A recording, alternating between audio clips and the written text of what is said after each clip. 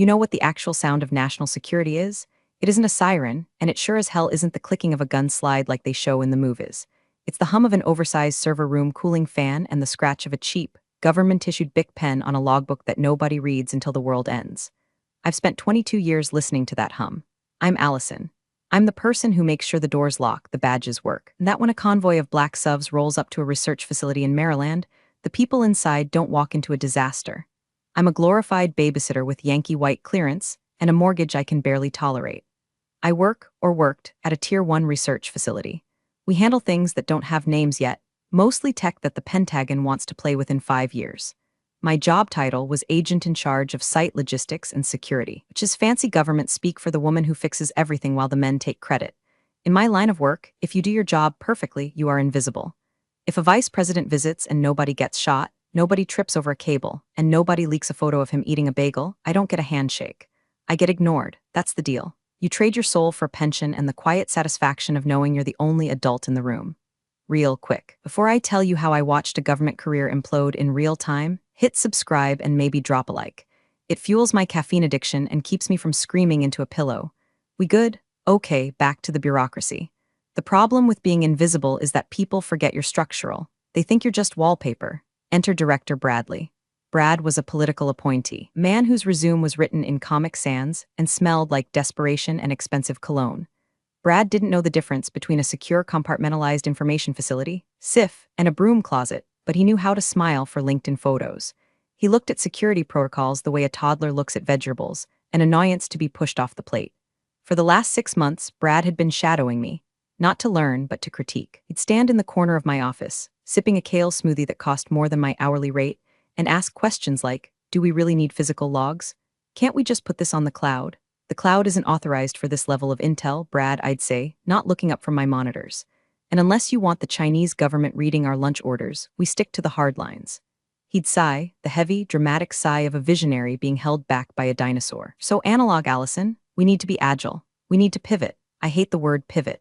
It usually means break something that works. Then the nephew appeared, Greg. Imagine a golden retriever that learned how to mine Bitcoin and vape at the same time. That was Greg. He was 24, wore sneakers that looked like spaceships, and had a certificate in cybersecurity awareness from a website that probably steals your credit card info. Brad introduced him as a consultant. Greg is going to help us streamline, Brad said, beaming like he'd just invented fire.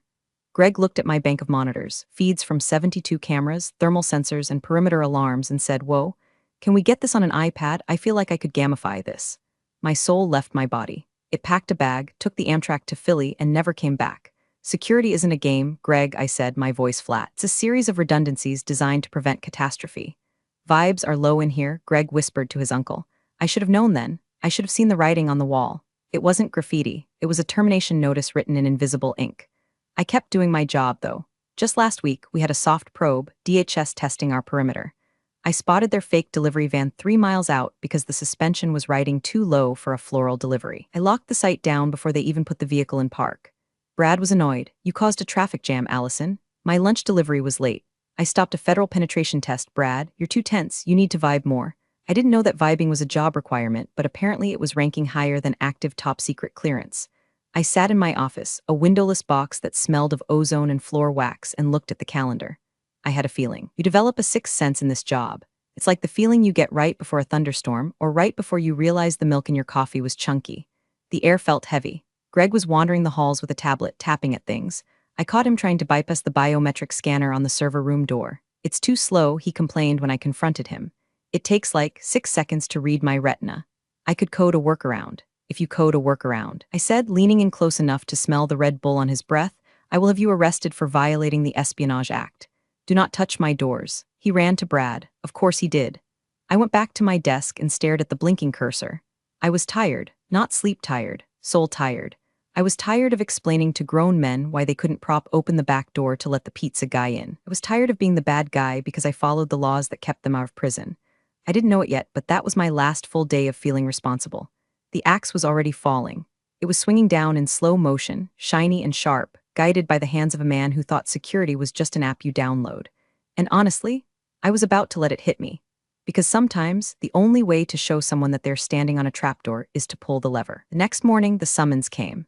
A calendar invite titled Quick Sync popped up on my screen at 8:45 a.m. for 9 a.m. meeting. In the corporate world, Quick Sync is code for execution. If they wanted to talk about budget or schedules, they'd call it a review. Sync means you're about to be unsynced from the payroll. I walked into Brad's office. It was the only room in the building with a real window. It had a view of the parking lot and the Maryland tree line. Greg was there, sitting in one of the leather guest chairs, spinning it back and forth with his foot. He was wearing a hoodie that said Disrupt across the chest. The irony was almost physical. Brad didn't look at me. He was rearranging a stack of papers that I knew were blank. It's a power move. Allison, have a seat. Close the door. I sat. I didn't close the door. I left it cracked 3 inches. Another power move. Allison. Brad started putting on his serious face. It looked like he was trying to solve a math problem while passing a kidney stone. We've been looking at the metrics. The facility is evolving. The nature of threats is changing. It's all cyber now, digital frontiers. We house physical prototypes of ballistic missile guidance systems, Brad, I said. You can't hack a crate of hardware if someone just walks in and steals it. See, that's that old school thinking, Greg chimed in. Not looking up from his phone, everything is data. Matter is just like slow energy. I stared at him. I wondered if I could legally classify him as a safety hazard. The point is, Brad interrupted, we're restructuring the security division. We need a fresh perspective, someone who speaks the language of the future. Greg here has just finished an intensive boot camp in full-stack security management. It was 6 weeks, Greg said proudly. Online. Allison, Brad continued, finally looking me in the eye. You're overqualified for the direction we're going. Your methods are heavy, expensive, we need agile, we need lean. You're firing me, I said. It wasn't a question. We're releasing you to pursue new opportunities, Brad corrected, effective immediately. We'll pay out your contract, of course. 2 weeks severance. 2 weeks, 22 years of service. I had missed my father's funeral because of a lockdown at this facility. I had missed my best friend's wedding because the vice president decided to do a surprise tour. I had given this building my life and they were offering me 2 weeks of pay and a kick out the door. I felt a heat rise in my chest, hot and sharp, like swallowing a lit cigarette. But on the outside, I was ice. This is what training does. When the alarm bells ring, you don't panic, you assess. Okay, I said. Brad blinked. He was expecting a fight. He wanted a fight so he could call security, my security staff, to escort me out. He wanted the drama to validate his decision. Just, okay, if that's the decision, I said, standing up. Who is the acting agent in charge? Who holds the clearance? Greg is taking over, Brad said, puffing out his chest. I looked at Greg. Greg was trying to balance a pencil on his nose. Does Greg have Yankee white clearance? I asked. Does he have his Tier 1 background check completed by the DoD? I have a background check from my apartment complex, Greg said. I'm clean, bro. We're fast-tracking the paperwork. Brad waved his hand dismissively. It's just red tape, Allison. You worry too much about the forms. Greg has the app access, that's what matters. I stood there for a second looking at them. I looked at the live, laugh, lead poster on Brad's wall. I looked at the dying succulent on his desk, and I realized something. I didn't have to warn them. I wasn't legally required to tell them that you can't fast-track a Yankee white clearance.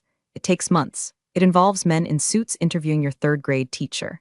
Without it, you are legally not allowed to be the point of contact for anything higher than a sanitation truck. But more importantly, I realized that if I warned them, they would just blame me when it went wrong anyway. They'd say I sabotaged the transition. All right, I said, I'll clear my desk. Leave your badge and keys on the table, Brad said. Greg will walk you out. I know the way, I said. I walked back to my office. The hallway felt longer than usual. My staff, guards I had hired, trained, and shared coffee with looked at me. They knew. News travels faster than light in a secure facility. Jerry, the shift supervisor, looked like he wanted to say something, but I gave him a small shake of the head. Stay down, Jerry. Don't catch a bullet for a corpse. I walked into my office and started putting my life into a cardboard box. A photo of my cat, a stress ball shaped like a grenade, my favorite mug that said I see dumb people, and then I saw it. My monitor was still on. My Outlook was open. And right there, flashing in the corner, was a calendar reminder I had set 6 months ago. A reminder for a logistics drill that was classified so highly, it wasn't even on the main server. It was local only. Confirm motorcade, ETA Tuesday 10:45 a.m. Today was Monday. The drill wasn't just a drill. It was a red ball event. A full-scale Secret Service walkthrough pretending to be a presidential visit, designed to test the facility's readiness for a POTUS emergency shelter situation. It involved the actual Secret Service advance team. It involved the presidential motorcade logistics. And the only person confirmed to receive them, the only person with the clearance code to verify the agents so they didn't storm the building with guns drawn, was the agent in charge. Me. I looked at the screen. I looked at the sent items folder. I had confirmed the date 3 weeks ago. Brad wasn't copied on it because Brad didn't have the clearance to know the specific dates of red ball drills. I hovered my mouse over the forward button. I could send this to Brad. I could write, hey, heads up. Secret Service is invading tomorrow, make sure Greg wears pants. I looked at the box of my stuff. I thought about 2 weeks severance. I thought about matter as just slow energy. I selected the email. I hit forward. I typed in my personal email address. I hit send. Then I deleted the calendar event from the work Outlook. I emptied the deleted items folder. I picked up my box. I walked out of the office. I dropped my badge on the reception desk. Have a nice life, I whispered to the empty lobby. The air conditioning hummed back at me. It sounded like a chuckle. Driving home at 11 o'clock a.m. on a Monday feels illegal. The sun hits the dashboard differently when you're unemployed. I stopped at a liquor store and bought a bottle of expensive bourbon, the kind I usually save for election years, and a bag of spicy pork rinds. A celebration of mediocrity. My phone buzzed. It was Jerry, my shift supervisor. Text from Jerry, they just gave Greg the master override codes. He wrote them on a sticky note and put it on his monitor. We're doomed. I didn't reply. I couldn't. Responding would be interference. I was a civilian now. Civilians don't worry about master override codes. Civilians worry about daytime television and what to cook for dinner. I got home, poured a glass of the bourbon, and opened my laptop. I pulled up the email I had forwarded to myself. I needed to look at it one more time to make sure I wasn't hallucinating. Subject, FWD. Operation Ironclad Logistics Walkthrough from, redacted at Ustiat Cheskov to, Allison's security lead body, agent in charge, confirm readiness for Tier 1 advanced team arrival. Tuesday, 14 Dec, 1045 hours. Protocol, Yankee White verify only. No deputies, no proxies. Failure to produce cleared POV will result in immediate site scrubbing and compliance audit. Confirm receipt. I took a sip of bourbon. It burned, but in a good way. Let me explain what Yankee White means for those of you who don't speak Beltway. It's the golden ticket. It's the clearance required to work directly with the president or vice president. It involves a background check, so deep they probably know what I dreamed about in 1998. It takes months to get. You can't transfer it. You can't act in it. If you don't have it, you don't exist to the Secret Service. Tomorrow at 10:45 a.m., agents from the Presidential Protective Division were going to walk into that lobby. They weren't coming to chat. They were coming to secure a location for the leader of the free world. They would expect to be met by me. Instead, they were going to be met by Greg. Greg, who thought the cloud was a magical place where Data lived happily ever after. Greg, who was currently vibing in my office. I imagined the scene. I closed my eyes and let it play out like a movie. Brad would be in his office, probably planning a synergy lunch. Greg would be messing with the badge printer. And then, the knock on the door, not a polite knock. The kind of knock that shakes the frame. I felt a twinge of guilt, not for Brad or Greg, screw them, but for Jerry and the rest of the team. They were going to be in the splash zone, but I knew Jerry. Jerry was a pro. He'd see the suits, he'd see the earpieces, and he'd go mute. He'd know the drill. Name, rank, serial number, and point to the boss. I checked my severance agreement. Paragraph 4, Section B. The employee agrees to return all company property and cease all access to company systems immediately upon termination. I had ceased access. I had returned the property. I was following the contract to the letter. If I had called them to warn them, I would technically be violating the cease all access clause. I was just being a good, compliant ex-employee. I spent the rest of the afternoon doing things I hadn't done in years. I watered my plants. I organized my spice rack. I watched a documentary about penguins. It was fascinating. The penguins just marched into the freezing wind, head down, surviving purely on instinct. They reminded me of government workers, only better dressed. Night fell. The facility would be on night mode now. Usually I'd check the logs from my phone before bed. Just a quick glance to make sure the perimeter sensors were green. Tonight, my phone was a brick. No access, no responsibility. I wondered if Greg knew how to arm the night alarm. There was a specific sequence. Panel A, confirm. Panel B, confirm. Toggle switch, enter code. If you did it wrong, the silent alarm tripped and the local police would show up. At 2 o'clock a.m., I woke up to a siren in the distance. I smiled, rolled over, and went back to sleep. It wasn't my siren. Tuesday morning, the day of reckoning. I woke up at 7 o'clock a.m. without an alarm. Old habits die hard. My body wanted to put on a blazer and drive into traffic. My brain said, no, we are eating pancakes today. I made coffee, good coffee, not the sludge from the break room machine that tasted like burnt plastic and despair. I sat on my porch. The air was crisp. It was a beautiful day for a federal incident. Meanwhile, 10 miles away, I knew exactly what was happening. Based on Jerry's text from the night before, which I had read but not answered, Greg had decided to modernize the entry protocols. Apparently, Greg didn't like the physical sign-in sheets. Paper is for boomers, he had probably said. So, he replaced the reception log with a tablet kiosk. A tablet that required Wi-Fi. In a building with signal jammers in the lobby. Genius. I could picture the line of frustrated scientists trying to swipe their badges on a screen that was endlessly buffering. Brad would be walking past, smiling, saying, growing pains, everyone. Disruption leads to innovation. At 9 o'clock a.m., my phone rang. It was a number I didn't recognize, but the area code was local. I let it go to voicemail. 2 minutes later, another call. Same number, voicemail. Then a text from Brad, text, Allison, quick question. The badge system is acting weird. What's the admin password? The one on the sticky note isn't working. I stared at the text, the audacity. He fired me, insulted my career, and now wanted tech support? I didn't reply. I blocked the number. I poured more syrup on my pancakes. The clock ticked. 9:30 a.m., 10 o'clock a.m. The Secret Service advance team is never late. If they say 10:45, they mean they are parking at 10:40 and entering the door at 10:45:00. They operate on a timeline that makes atomic clocks look sloppy. They would be in stage 1 movement now, leaving the field office. Black Chevys, tinted windows, plates that don't register in the DMV database. 2 agents in the lead car, 2 in the trail car. Maybe a K9 unit if they were feeling thorough. They would have the site profile on a tablet. That profile would list point of contact. Allison last name Ayek. They wouldn't know about Greg. The Secret Service database updates slowly. Personnel changes at Tier 1 sites require a Form SF-86 update, which takes weeks to process. As far as the us was concerned, I was still the gatekeeper.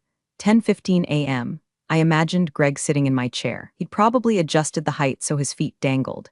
He was likely playing a game on his phone, oblivious to the fact that a Category 5 hurricane of federal authority was barreling down Route 95 towards him. I washed my dishes. I dried them by hand. I felt a strange sense of peace. It was the peace of a demolition expert who has set the charges, walked away, and is now just waiting for the thump. The thing about going digital is that it removes the human element. Brad and Greg thought that was a feature. They were about to learn it was a bug. When the Secret Service arrives, they don't want an app. They don't want a QR code. They want a human being with a badge that says I am authorized to know you are here. If they get a QR code instead, they assume the site is compromised. 10:30 a.m. I sat down in my living room chair. I didn't have a camera feed, but I didn't need one. I knew the acoustics of that lobby. I knew how the glass doors rattled when opened forcefully. I knew how the receptionist, Linda, would squeak when she saw a badge that wasn't a standard visitor pass. I took a deep breath. Showtime, I whispered. Let's reconstruct the crime scene, shall we? At 10:42 a.m., a convoy of 3 black SUVs turned off the main road and approached the facility gate. The gate guard, a guy named Mike who I'd hired because he was an ex-Marine who didn't smile, would have stopped them. Mike, ID, lead agent, flashes a badge that doesn't just say federal agent. It says United States Secret Service Presidential Protective Division. Mike, knowing the drill because I trained him, would have immediately hit the button to open the gate and reached for the landline to call the agent in charge. Mike calls my old desk extension. Ring, ring, ring. Greg wouldn't answer. He'd be listening to a podcast about cryptocurrency. Or maybe he disconnected the landline because phones are archaic. Mike, sweating now, waves the convoy through because you do not hold up the PPD. He assumes the AIC me knows they are coming. The convoy rolls up to the main entrance. They don't park in the visitor spots. They park on the curb, right in the fire lane. Engines running. 10:45 a.m. 4 men and 2 women exit the vehicles. They are wearing suits that cost more than Greg's car. They are wearing earpieces. They are not smiling. They are moving with a terrifying fluidity like water flowing uphill. They are scanning the roof, the windows, the bushes. They enter the lobby. The lobby of our facility is designed to be intimidating. High ceilings, marble floors, security glass. But these people walk in like they own the concrete the building sits on. Linda, the receptionist, looks up. Can I help? Why? Federal agents, the lead agent barks. Let's call him Agent Miller. We are here for the scheduled site advance. Where's the agent in charge? Linda freezes. She looks at the iPad kiosk Greg installed. Please sign in on the tablet. Agent Miller looks at the tablet like it's a dead rat. I'm not signing a tablet. Where's Allison? We have a 10:45 verify. Allison doesn't work here anymore, Linda whispers. Air in the lobby drops 20 degrees. The agents stop moving. They go into statue mode. This is a defense mechanism. They are assessing if they need to draw weapons or evacuate. Who is in charge of site security? Miller asks, his voice dangerously low. Greg, Linda says. He's in the back. Get him now. Linda scrambles for the phone. She pages the overhead system. Greg to the lobby. Greg to the lobby immediately. Now, picture this. Greg hears his name. He thinks, cool, my DoorDash is here. He saunters out of the back office. He's wearing his Disrupt hoodie. He's holding a half-eaten bagel. He is not wearing a badge. He walks into the lobby, sees 6 people in dark suits, and stops. He probably thinks they are investors, or maybe the FBI, which would be cool in his mind. Sup, Greg says. I'm Greg, head of security. Agent Miller stares at him. He looks at the hoodie. He looks at the bagel. Looks at the sneakers. You are the agent in charge? Miller asks. Yeah, man, taking things in a new direction. Digital first, you know? Greg bites the bagel. Miller taps his earpiece. Command, we have a discrepancy at the primary entry point. AIC is missing. Subject is unidentified male. Whoa, unidentified? Greg laughs. I'm the director's nephew, bro. Check the app. Sir Miller says, stepping forward. I need to see your Yankee white credentials. Now, Greg blinks. I what? And there it is. The moment the universe snaps. The moment gravity reverses. Yankee white, Miller repeats. Tier 1 clearance. Do you hold it? I have a certificate in cloud safety, Greg offers. Miller turns to his team. Secure the doors, nobody in, nobody out. Get the site director out here, the agents fan out. One of them stands in front of the door. Another moves behind the reception desk. Linda is hyperventilating. Greg drops his bagel. Wait, is this a prank? Did Brad hire actors? Oh, Greg, if only it were actors. Actors have unions, these people have immunity. Brad comes into the lobby looking annoyed. He's adjusting his tie, ready to lecture whoever is causing a scene. He sees the agents. He sees Greg looking like a kicked puppy. He sees the lobby locked down. His face changes from annoyed manager to confused politician. What is the meaning of this? Brad demands. I am the director of this facility. You can't just barge in here. Agent Miller turns to him. Miller has eyes that look like they've seen the end of the world and found it boring. Director, we are the United States Secret Service. We are executing a pre-planned advance for POTUS contingency site. Your facility confirmed readiness. POTUS? Brad pales. The President, we don't use titles, Miller says. We need the cleared contact. Your receptionist says Allison is gone. We let her go, Brad says. Trying to regain some height. We're restructuring. Greg is the new lead. Miller looks at Greg. Greg is trying to become invisible against the beige wall. Director, Miller says, his voice devoid of all emotion. Does this individual possess active Yankee white clearance? He's in the process. Brad stammers. We submitted the forms. We're agile. We can authorize him right now. I authorize him. Miller actually laughs. It's a dry, terrifying sound. You don't authorize Yankee white, Director. The Department of Defense authorizes it. The FBI vets it. The White House signs it. Without it, this individual cannot be in the same room as the protectee. He cannot know the protectee is coming. Hell, he isn't even supposed to know I'm here, but we have an app, Greg squeaks. Miller ignores him. He steps closer to Brad. You have a Tier 1 facility without a cleared security lead. You confirmed a Secret Service advance without having the personnel to handle it. Do you understand what you have done? I didn't know about the visit, Brad whispers, because you don't have the clearance to know, Miller says. Allison did. The silence in the lobby is heavy. You could hear a pin drop. You could hear a career die. Where is she, Miller asks. She's at home, Brad says. Call her, Miller orders. She blocked my number, Brad admits. Miller stares at him. You fired the only person with the keys to the kingdom, and you didn't ensure a handover of classified protocols? It was a pivot, Brad says weakly. Command, Miller speaks into his wrist mic. Scrub the site. Repeat, scrub the site. We have a compromise. The location is unsecured. The chain of custody is broken. Abort the movement. Abort, Brad asks. Wait, you can't just cancel. This is bad PR. Miller gets in Brad's face. Director, I am declaring this facility a security risk. I am flagging your credentials for immediate review. Nobody enters this building until a containment team clears it. You are not worried about PR right now. You are worried about federal indictment for negligence. Indictment? Brad's knees actually buckle. He grabs the reception desk for support.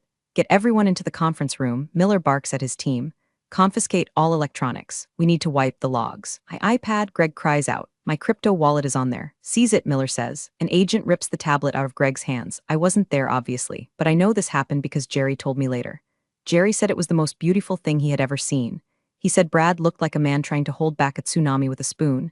And me, I was at home starting a puzzle. It was a picture of a lighthouse, standing tall against a storm. Fitting. Scrub order isn't like cleaning a kitchen. In the world of high-level security, a scrub means the site is burned. It means the Secret Service has determined that the location is no longer trusted. It's a black mark that never washes off.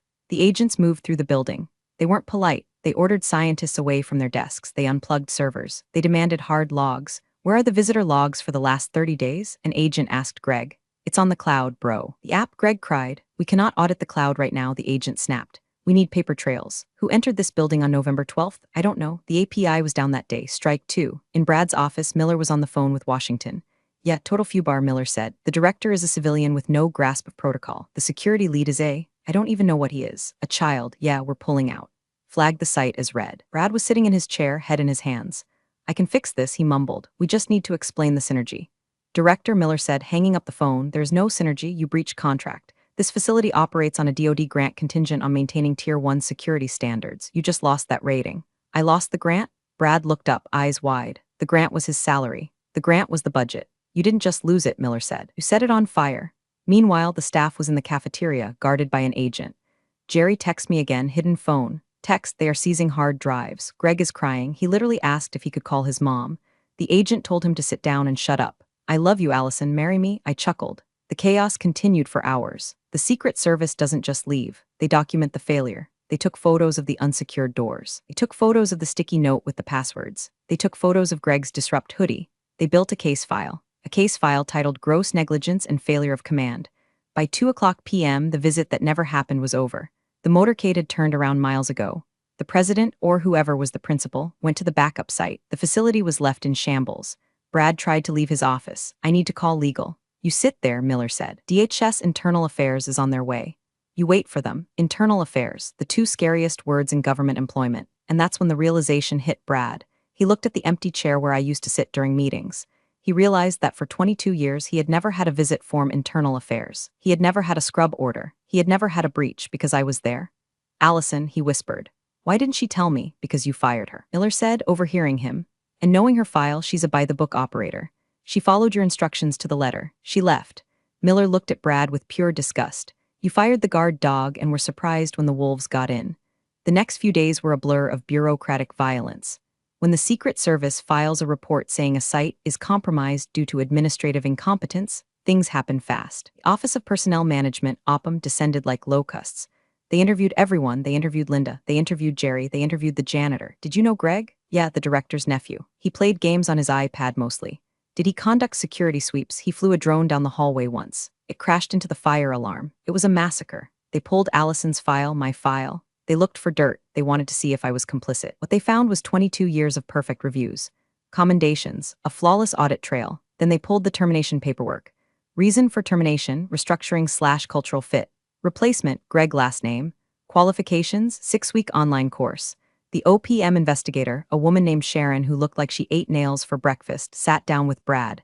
Director, Sharon said. Fired a GS-14 equivalent with Yankee white clearance and replaced her with? Your nephew? He showed promise, Brad said, sweating through his third shirt of the day. He is unclearable, Sharon said. He has debts. He has online gambling activity. He posted a photo of the secure server room on Instagram with the caption blinking lights go BRRR. He is a walking national security risk. I didn't know, Brad said. Because you didn't run the background check. Sharon said because you bypassed protocol. Greg was escorted out of the building on Wednesday. He didn't get a box. He was told to leave his disrupt hoodie. He left crying, blaming the haters. Brad was placed on administrative leave pending investigation. That's code for you're done, but we need time to print the paperwork. On Thursday, I got a call. Allison, speaking. This is Deputy Director Vance, DHS. Hello, sir. We've had an incident at your former site. I heard there was some traffic, I said, looking at my nails.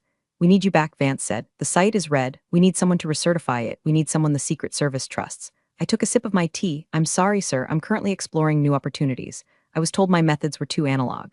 Allison, cut the crap. Brad is an idiot. He's gone. We'll offer you a reinstatement. Plus 10%. No, I said. Silence on the line. No. I don't want to go back there, I said. The culture isn't a good fit, but I hear the Regional Compliance Office has an opening for director, overseeing multiple sites, making sure protocols are followed. Vance sighed. He knew I had him. You want the regional gig? It seems like a role where my heavy methods would be appreciated. Fine, Vance said. Come in Monday. We'll write it up. And Vance, yeah, make sure Brad knows I didn't go back to the facility. I went to the headquarters in D.C. My new office has a window, a real one overlooking the Potomac. My first act as Regional Director of Compliance was to review the audit of my old site. I read through the carnage, the missed logs, the app disaster. The Secret Service report simply read, site unsecured due to leadership failure. Brad was officially terminated for gross misconduct and violation of federal hiring practices. He lost his pension. He lost his clearance. He is currently working as a consultant for a startup that makes smart water bottles. It seems like a better fit. Greg? Well, Greg is probably still on TikTok talking about how the government couldn't handle his energy. I sat at my new desk. The hum was different here. It was quieter, more efficient. I opened my email. I had one loose end to tie up. I composed a new message. Brad X Director personal email from Allison Regional Dire subject. Clearance review follow-up. Brad, I reviewed your file as part of the regional cleanup. Just a friendly reminder for your next role. Clearance cannot be inherited. It cannot be disrupted. And it certainly cannot be replaced by an app. Also, you owe me 2 weeks of severance. I expect the check by Friday. Best, Allison. I hit send. I leaned back in my chair. The sun was setting over the Capitol. The monuments were glowing in the distance. They say revenge is a dish best served cold. I disagree. In my line of work, revenge is a dish served with proper documentation in triplicate and completely according to protocol. I took a sip of my coffee. It was still warm. My phone buzzed. It was Jerry. Text, new acting director just arrived. She asked for the paper logs. She asked for the keys. She asked where you were so she could send a thank you card. I smiled. You're welcome, I whispered to the empty room. I closed my laptop. The server room fan hummed in the distance. It sounded like music. All right, that's the file. If you enjoyed watching incompetence get crushed by the heavy boot of bureaucracy, hit that upvote. And seriously, if your boss tells you to pivot away from safety protocols, just let them and keep the receipts. Competence speaks louder than any title, and true integrity always finds its way to the surface. Allison's quiet exit, knowing what was coming, truly showed us that. Sometimes, the best way to prove your value is to simply step back and let incompetence expose itself. Appreciate you all for sticking through this one. See you in the next story.